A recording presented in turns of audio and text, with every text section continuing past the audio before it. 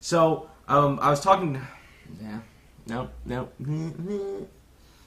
Hey guys, thanks for joining me again. As you can see, we're back down in my basement. The engine's out of the Mustang, and we've still got these cylinder heads down here. Now, originally I was just going to do a refresh on these GT40P heads, but after watching some videos and reading some forums, I think I'm actually going to try my hand at porting and polishing these heads. Now, GT40Ps are notorious for being a little bit difficult for beginner porters, which is exactly what I am. I'm a novice. I've actually never done this before, but I figured it was a great opportunity to at least try my hand at doing it. Quite honestly, I might not get the chance to do it again, so this seemed like a great way to go ahead and get a little bit of experience with it. And quite honestly, it looked like fun. So, thanks for everybody over at the Vintage Mustang Forum group on Facebook. They've been just absolutely awesome in helping me out with sort of understanding different things. Like I bought a timing gear setup that probably wasn't the best, and they're, without further ado, let's sort of get into this head and see what we'll be doing. When we first get our intake gasket on here, we can see that there's just a slight overhang for this top lip right here. That's all we're going to be doing to be able to port match these. It's just sort of radius this out a tiny bit. And we're going to be doing that with this carbide burr.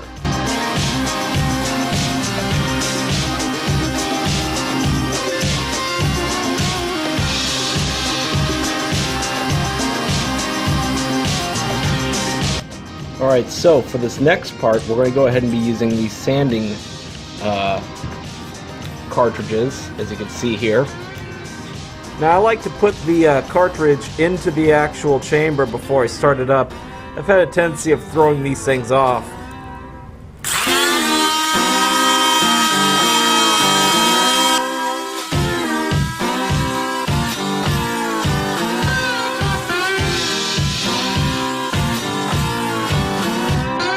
Alright, so let's talk about a little bit what we're going to do on this intake side from the bowl side. So as you can see down in here, we've got some rough casting. We'll go ahead and take care of that with the sanding discs. We'll also use those sanding discs to kind of radius this valve guide here, cut it down a little bit, not too much though.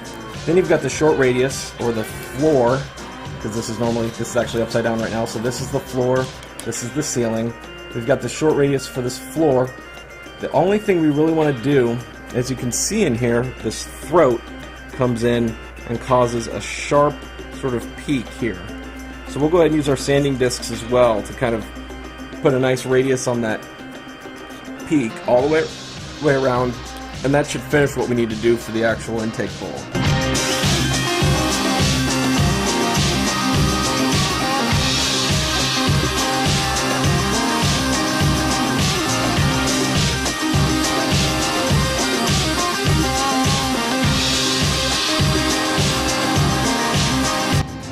Then as we move over to the exhaust side, again, we've got our throat that comes down into the, so this is a machine surface, down here is cast.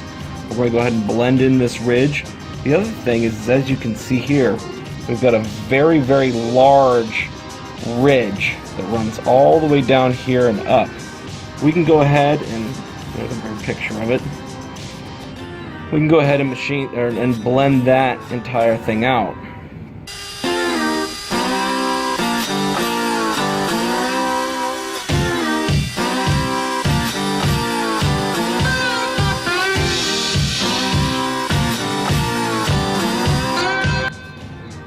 The final side that we'll be working on is this exhaust port.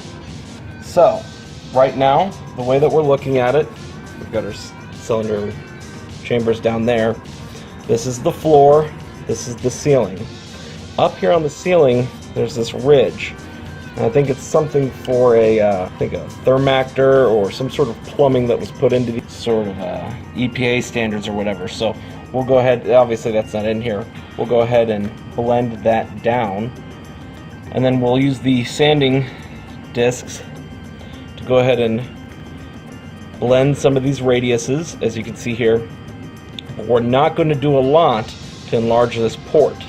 Again, what we want to do on this motor is we want to try and keep the velocities of the exhaust up. That way we've got some low end torque.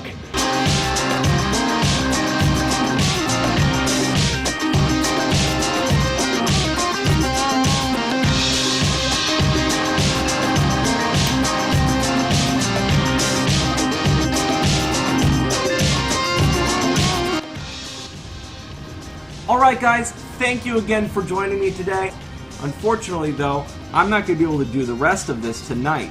I am, however, going to spend a little bit of time with the burr trying to go ahead and work around in these bowls.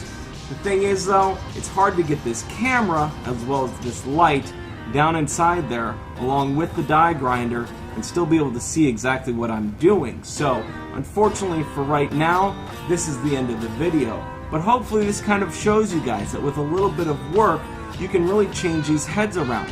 It doesn't take a whole lot of time. You don't need to make drastic changes in order to see good number increases.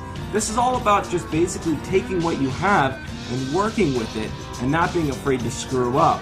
Obviously I've made some mistakes already with this die grinder, but all in all, this entire thing should work out to my advantage. So once again, thank you so much for joining me. I look forward to seeing you guys next time. Have a good one.